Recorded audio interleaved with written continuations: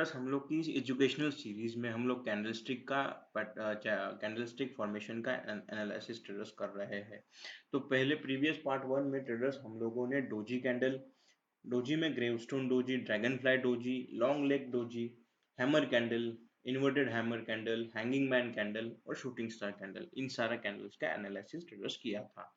अभी ये part two में ट्रेडर्स और हम कुछ कैंडल्स का एनालिसिस करने जा रहे हैं। तो ट्रेडर्स पहली कैंडल है स्पिनिंग टॉप कैंडल। तो ट्रेडर्स स्पिनिंग टॉप कैंडल में आप जैसे यहाँ में देख सकते हैं कि स्पिनिंग टॉप कैंडल का जो बॉडी होता है वो जो बॉडी है वो बहुत ट्रेडर्स छोटा होता है कंपैरेटिवली इसका वीक फॉर्मेशन से। इसका अपर साइड और लोअर साइड का वीक जो है यहाँ में ट्रेडर्स ये ज्यादा होता है कंपैरेटिवली इसका बॉडी।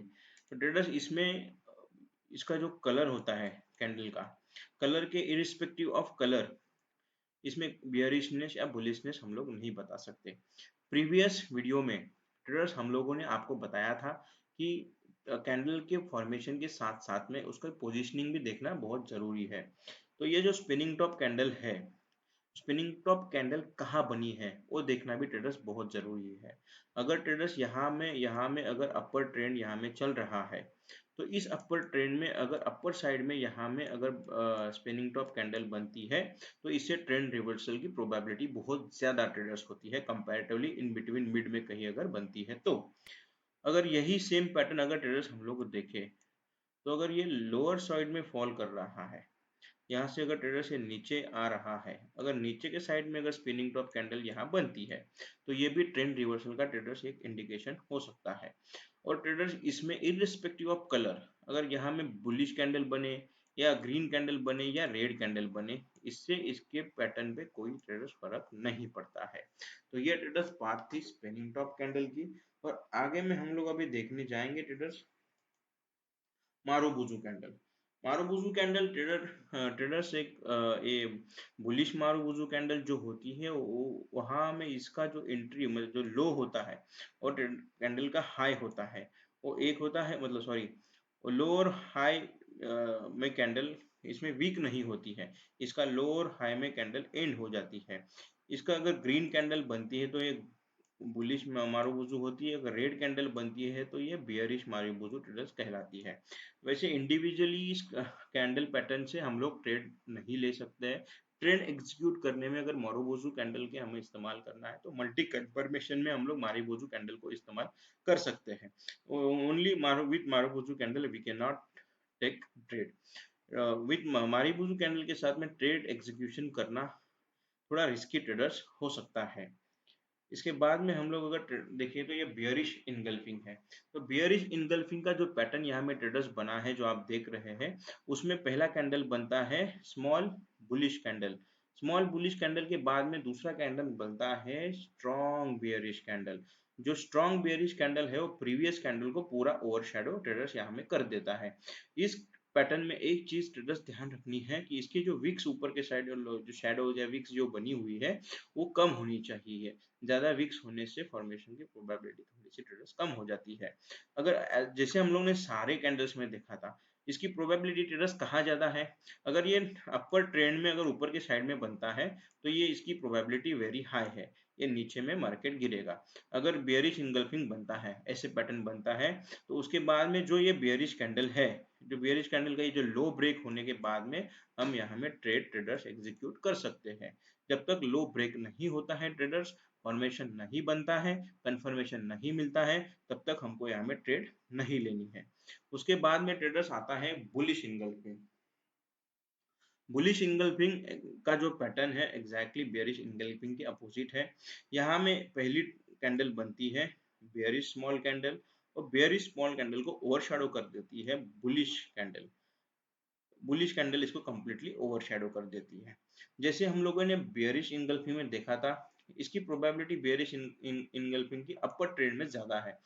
वैसे ही बुलिश इनगल्फिंग में अगर बुलिश इनगल्फिंग डाउन ट्रेंड में अगर बनता है, अगर मार्केट डाउन ट्रेंड में आ रहा है और नीचे के साइड में यहाँ में अगर बुलिश इनगल्फिंग बनती है तो इसकी प्रोबेबिलिटी ट्रेंड रिवर्सल की ट्रेडर्स बहुत ज्यादा रहती है। तो ट्रेडर्स कैंडल पैटर्न के साथ में उसकी पोजिशनिंग भी देखना ट्रेडर्स बहुत जरूरी है। तो ट्रेडर्स हमारा अगला कैंडल है dark cloud cover. Dark cloud cover में ट्रेडर्स क्या होता है, इसमें पहली कैंडल बनती है ये strong bullish candle. Strong bullish candle बनने के बाद में दूसरी कैंडल ट्रेडर्स बनती है बियरिश कैंडल। ये जो बियरिश कैंडल होती है वो गैप अप ओपन होती है, हल्का थोड़ा सा गैप अप ओपन होगा और उसका क्लोजिंग जो पहली कैंडल बनी है उसका 50 टू 70% तक उसका क्लोजिंग होना चाहिए। मतलब यहाँ में अगर ये बुलिश कैंडल बनी है तो वो जो बेरिश कैंडल बनती है उसका क्लोजिंग यहाँ में इसको इतना 50 टू 70% कवर कर देना चाहिए। अगर ये कवर करता है तो भी इसको हम लोग फॉर्मेशन को वैलिड मानते हैं। तो इस कैंडल में भी ट्रेडर जो विक्स बनी हुई है अपर साइड और लोअर साइड में जो शेडोज बनी हुई है वो भी कम होना जरूरी है। ज्यादा लंबी लंबी शेडोज होने से भी ट्रेड का वैलिडिटी पे थोड़ा सा प्रॉब्लम आता है। तो ट्रेडर्स ये जो पहली कैंडल बन गई बुलिश, सेकंड बन गई बेरिश, बियरिश जो पहले कैंडल से गैप अप ओपन हुई, क्लोजिंग उसकी 50 टू 75% नीचे क्लोजिंग दे दी। तो ट्रेडर्स यहाँ में ट्रेड कहाँ बनती है, देखिए जैसे यहाँ में कैंडल ये बना है, ये बेरिश पहले बुलिश कैंडल बनी, उसके बाद में ये बेरिश कैंडल का क्लोजिंग यहाँ दे दिया। तो यहाँ ट्रेड ट्रेडर्स कहाँ बनेगा, यहाँ में नेक्स्ट कैंडल में हम लोग सेल नहीं कर पाएंगे। जो एक बेरिश कैंडल बनी है उसका ये जो लो ब्रेक हो जाता है, लो ब्रेक होने के बाद में ट्रेडर्स हम लोग यहाँ में ट्रेड एग्जीक्यूट कर सकते हैं। तो यह ध्यान रखना है कि फॉर्मेशन बनने के बाद में तुरंत ट्रेड नहीं लेनी है, उसका लो ब्रेक होने के बाद में हम लोग को ट्रेड लेनी है। ट्रेडर्स नेक्स्ट कैंडल है piercing line pattern. Piercing line pattern dark cloud cover के एग्जैक्टली अपोजिट एक्ट करता है। ये बुलिश ट्रेंड दिखाता है, ये बुलिश पैटर्न है। इसमें पहली ट्रेड बनती है तो कैंडल बनती है बेयरिश कैंडल, बेयरिश कैंडल के बाद में दूसरी कैंडल गैप डाउन ओपन होती है। गैप डाउन ओपन होने के बाद में ये ऊपर साइड में क्लोज हो जाती है उसके 50 टू 70% में। तो ट्रेडर्स ट्रेड कहाँ लेना है, ट्रेड लेना है इसका जो हाई है, ये हाई ब्रेक होने के बाद में जो पहली बुलिश कैंडल है उसका हाई ब्रेक होने के बाद में हमको यहाँ में ट्रेड एग्जीक्यूट करनी है। तो पियर्सिंग लाइन पैटर्न का प्रोबेबिलिटी ट्रेड्स कहाँ होता है, ये जब इसका जब फॉल होता है नीचे तब इसका प्रोबेबिलिटी इसका ट्रेडर्स ज्यादा होता है। तो ट्रेडर्स आज इस पार्ट में हम लोगों ने देखा spinning top candle, marubozu candle, bearish engulfing, bullish engulfing, dark cloud cover और पियर्सिंग लाइन पैटर्न। ये कैंडल ट्रेडर्स हम लोगों ने यहाँ में अभी एनालिसिस की है। जैसे पिछले वीडियो में ट्रेडर्स हम लोगों ने बताया था कि इसका पैटर्न फॉर्मेशन के साथ साथ में ही यहाँ में बहुत सारे फैक्टर्स होते हैं ट्रेडर्स जो हमें देखने हैं। सिर्फ पैटर्न के फॉर्मेशन पे ट्रेड ट्रेडर्स यहाँ में नहीं लेनी है। जैसे कि ट्रेडर्स यहाँ में हम देख सकते हैं कि पहला कारण है ट्रेड पैटर्न फॉर्मेशन होने के बाद में कैंडल की पोजीशनिंग कहाँ है वो हमें देखनी है।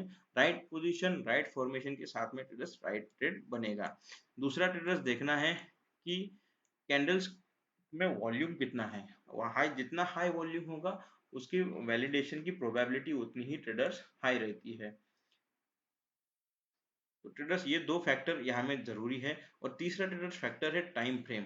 हम जितना बड़ा टाइम फ्रेम होगा उसके ही साथ में ज्यादा प्रोबेबिलिटी होगी ट्रेड के वैलिडेशन की।